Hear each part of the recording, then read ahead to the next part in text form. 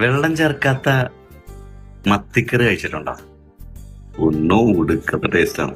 ചെറിയ മത്തി വെട്ടി ക്ലീൻ ചെയ്തെടുത്ത് മൺചട്ടിയിൽ വെളിച്ചെണ്ണ ഒഴിച്ച് വെളിച്ചെണ്ണ ചൂടായി വരുമ്പോൾ ഇഞ്ചി, പിന്നീട് പച്ചമുളക്, സവാള എല്ലാം കൂടി ഇട്ട് നന്നായിട്ട് വഴറ്റുക. അതിനുശേഷം ലേശം ഉലുവ എടുത്ത് തട്ടി വീണ്ടും വഴറ്റുക. പിന്നെ 2 സ്പൂൺ പിരിയമുളക് ചതച്ചതും, അതിനുശേഷം കുരുമുളക് പൊടി, പിന്നെ ലേശം മഞ്ഞൾപ്പൊടി, ആവശ്യത്തിന് ഉപ്പും ചേർത്ത് പിന്നെ തക്കാളിയും ചേർക്കണം. അതിനുശേഷം ലോ ഫ്ലെയിമിൽ വെച്ച് ഇതൊരു പേസ്റ്റ് രൂപത്തിലാക്കിയെടുക്കണം. ഇനി കുറച്ച് വിനാഗിരി ചേർത്ത് അതിനുശേഷം നമ്മുടെ മത്തി എടുത്ത് അങ്ങോട്ട് തട്ടാം. ലോ ഫ്ലെയിമിൽ വെക്കാൻ മറക്കരുത് കേട്ടോ. എന്നിട്ട് മിക്സ് ചെയ്തതിന് ശേഷം അടച്ചു വെച്ച് 8 മിനിറ്റ് വേവിക്കുക. ഇടയ്ക്കിടയ്ക്ക് തുറന്നു നോക്കണം. ഈ ഒരു കണ്ടീഷനിലായിരിക്കും. ഇനി കുറച്ച് കറിവേപ്പിലയും ലേശം പച്ച വെളിച്ചെണ്ണയും.